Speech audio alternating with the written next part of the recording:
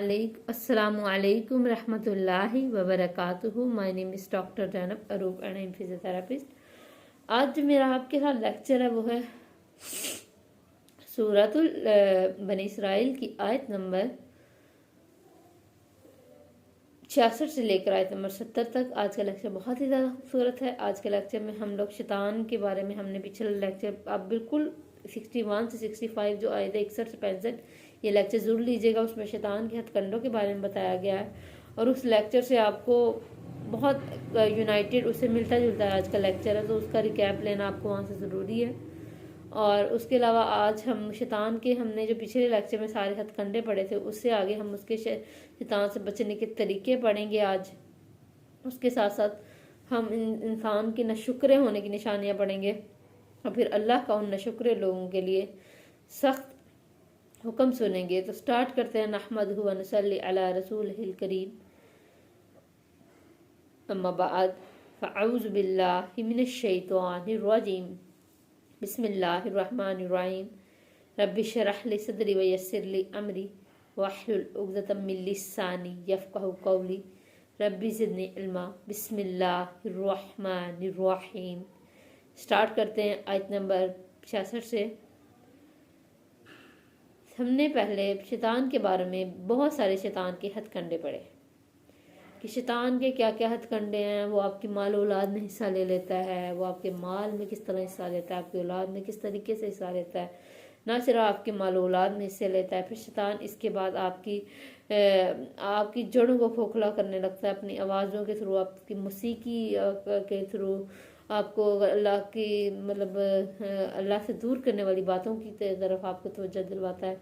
इन सब के बारे में हमने शैतान के हथकंडों बारे में पढ़ा। उसके अलावा जो उलमा कराम मुजाहिदीन हैं उनके ऊपर तो ज़्यादा सख्त अटैक होता है शैतान का। वो हर तरीके से इधर से उधर से उनका टोंट से इतने उनकी लाइफ इतनी मुश्किल लोग कर देते हैं। मैं कहती हूँ शैतान लोगों को अक्ल व शऊर नहीं आता, समझ नहीं आती। बेवकूफ़ो, तुम लोग शैतान की बात क्यों मान रहे हो? तुम लोग तो शैतान का पहिया बन गए हो। हज़रत उमर रज़ियल्लाहु अन्हु रास्ता बदल लेते थे शैतान को देख के, लेकिन हुआ क्या? हज़रत उमर रज़ियल्लाहु से इतना शैतान से बचते रहे, लेकिन हज़रत उमर रज़ियल्लाहु को शहीद जो करवाया गया वो एक इंसान को शैतान ने बहका के उनको शहीद करवाया। तो देखें, एक इंसान ही उस शैतान का मोहरा बन जाता है। और आजकल हम खुद देखें, हमारे इर्द गिर्द कोई नया नया इस्लाम पे अमल करना शुरू करे, कोई हिजाब शुरू करे, कोई नमाज शुरू करे, तो उसके ऊपर इस तरीके से हम लोग टोंट करते हैं, इस तरीके से उसके ऊपर बहसो मुबाहिसा या उसको एक कहते हैं टॉपिक ही बना लेते हैं। तो एक उस बंदे की ज़िंदगी को जीर्ण करके रख देते हैं जब तक वो उस चीज़ को छोड़ ना दे। फिर अगर छोड़ देगा तो उसके बाद भी ज़िंदगी जीर्ण। लोग क्यों, देखें एक चीज़ याद रखें, लोग क्या कहेंगे ये क्यों इम्पोर्टेंट है।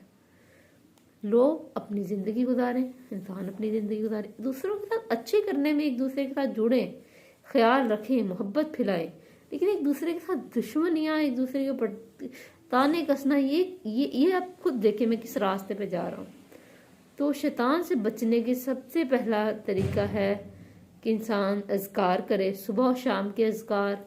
इंसान अल्लाह अपनी ज़बान को अल्लाह के नाम से, अल्लाह के अज़कार से तर रखे। आप सल्लल्लाहु अलैहि वसल्लम अल्लाह ताला से हमेशा सुबह शाम के अज़कार में अल्लाह ताला से दुआ करते थे कि अल्लाह मुझ पर रहमत फरमा, अल्लाह मुझे पलक झपकने के बराबर भी मेरे नफ्स के हवाले मत करना। और ऐसे बहुत सारी और भी अरबी की दुआएं पढ़ा करते थे। और ये सुबह शाम के अज़कार को अपनी लाइफ का पार्ट बनाएं। उसके अलावा दूसरा तरीका है नमाज। नमाज के थ्रू हम शैतान से बच सकते हैं। और तीसरा तरीका है वज़ू। वज़ू के जब हम रहेंगे, पाक साफ रहेंगे, तो शैतान हमें गलत और गंदी चीज़ों की तरफ नहीं अट्रैक्ट करवाएगा।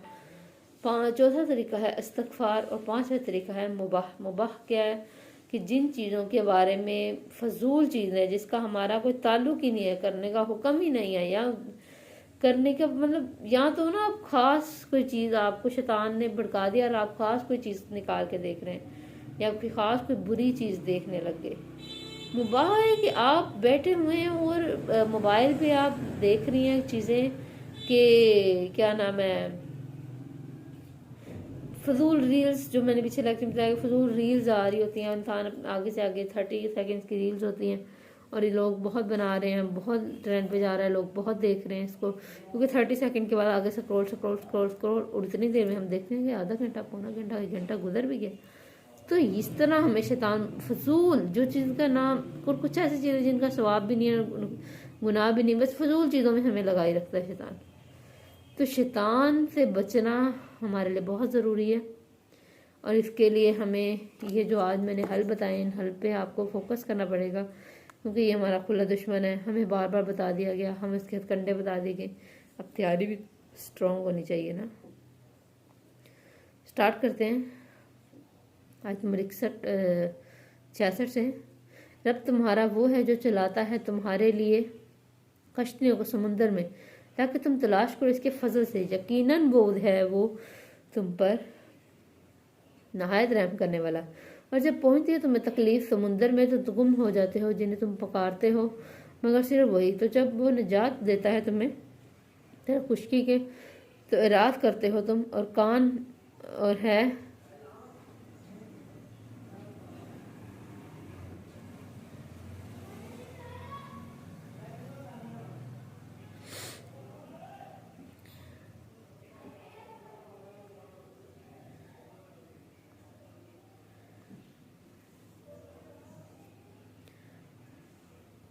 और है इंसान बड़ा ना शुक्रा। क्या बेखौफ हो गए तुम कि वो इंसा दे तुम्हें खुशकी की जानिब, या वो बेच दे तुम पर पत्थर बरसाने वाली आंधी, फिर ना तुम पाओगे अपने लिए कोई कारसाज। या बेखौफ हो गए तुम कि वो लौटाए तुम्हें इसमें दूसरी मरतबा, फिर वो भेजे तुम पर तोड़ फोड़ वाले हवा में से, फिर वो गर्क कर दे तुम्हें बवजह इसकी जो नाशुक्री की तुमने, फिर ना तुम पाओ अपने लिए हमारे खिलाफ इसमें कोई पीछा करने वाला।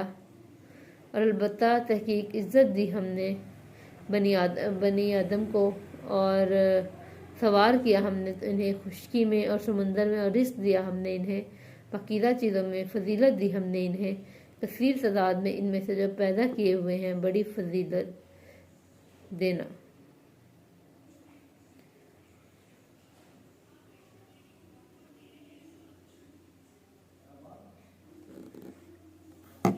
आज के लेक्चर में है कि देखें अल्लाह ताला हमें फरमा रहे हैं कि देखें इंसान को अल्लाह ताला ने शुक्र अदा करना चाहिए कि अल्लाह ताला ने कितनी खूबसूरत चीज़ें दी हमें। सांस लेने के लिए हवा दी, हवा में अगर हमें देखें, आप देखें अगर हम हवा से ऑक्सीजन ना ले पाएँ तो हम मरने के करीब हो जाएं। देखें बहुत सारे बीमार, आप हॉस्पिटल में एक चक्कर लगा कर आए तो बहुत सारे बीमार लोग हैं जो कि हॉस्पिटल में बैठे हुए हैं और उनको सांस नहीं आ रहा, क्योंकि इस हवा से वो सांस ऑक्सीजन नहीं खींच पा रहे और वो सांस नहीं ले पा रहे, इसलिए उनको आर्टिफिशियल सांस लगाए जा रहे हैं, हज़ारों लाख रुपए लग रहे हैं। बच्चा पैदा होता है, उसकी ऑक्सीजन की कमी हो जाए और उसको हवा से सांस ना ले पाए तो उसको जरूरी ऑक्सीजन नर्सरी में पहुंचाया जाता है। इतनी देर में बाद बच्चों को नुकसान भी पहुंच जाते हैं।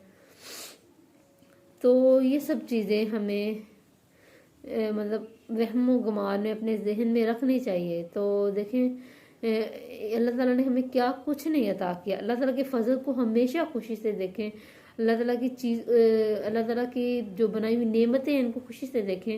और फिर उस अल्लाह ताला ने हमें उसमें से ये नेमत में से एक नेमत कश्ती का हुक्म है। कश्ती के बारे में हमें बताया गया कि कश्ती एक ऐसी चीज़ है जो समुंदर में चलती है और ना सिर्फ ये सिर्फ पानी के ऊपर चलती है बल्कि हवा का भी इसके साथ एक ताल्लुक होता है। फिजिक्स अगर हम किताब खोल के पढ़ें तो पता लगे कितनी मुश्किल चीज़ें हैं जो चीज़ें इसे कंट्रोल करके क्या नाम है, जहाज हवा में कैसे चल रहा है, ऊपर से एयर उसको बैलेंस किया, नीचे से एयर बैलेंस किया, आगे पीछे से, और किस तरह वो तैर रहा है हवा में, ये किस तरह कश्ती पानी में किस तरह तैर रही है। और उसको ना सिर्फ पानी की लहरों की ज़रूरत है बल्कि उसको हवा की किस तरह उसको एक लहर चाहिए जिससे वो चले।